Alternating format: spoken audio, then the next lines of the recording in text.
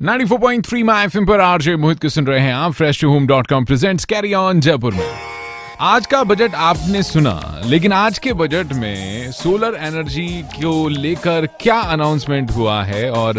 कितना future bright है इसका, ये बताने के लिए हमारे साथ अभी मौजूद हैं माय एफएम पर मैं हूं Manish Gupta, director installation energy private limited. We are the largest solar panel manufacturer in the Rajasthan और हमने ये कंपनी ईयर 2017 में एस्टेब्लिश करी थी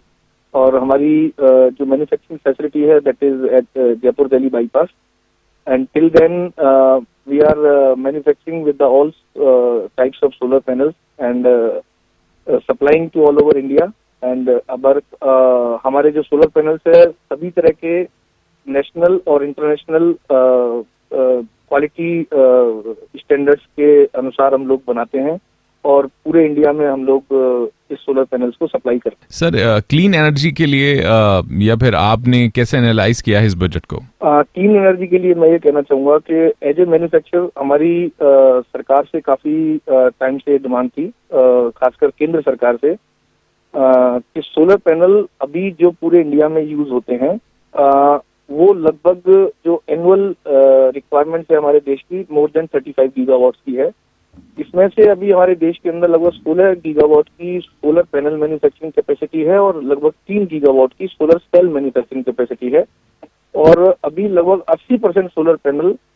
हमारे दूसरे देशों से, स्पेशली चाइना से इंपोर्ट होते हैं। तो हमने केंद्र सरकार से काफी टाइम से ये रिक्वेस्ट करी थी, डिमांड रखी थी कि इस इंडस्ट्री को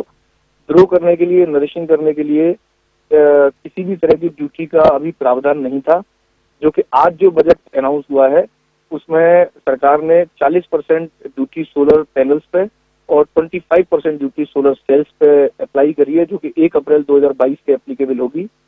तो इस एक मूवमेंट से हमारे देश की मैन्युफैक्चरिंग का बहुत बड़ा फायदा होगा, जो कि आज जो बजट अनाउंस हुआ है उसमें सरकार ने 40% ड्यूटी सोलर पैनल्स पे और 25% ड्यूटी सोलर सेल्स पे अप्लाई करी है, जो कि 1 अप्रैल 2022 से एप्लीकेबल होगी। मनीष जी, आपसे पूछना चाहूंगा कि कितनी जॉब्स जनरेट होंगी और इसका क्या फ्यूचर है, क्योंकि युवा इस सेक्टर को बड़ी उम्मीद की नजरों से देख रहे हैं। मेक इन इंडिया को बहुत बड़ा सपोर्ट मिलेगा।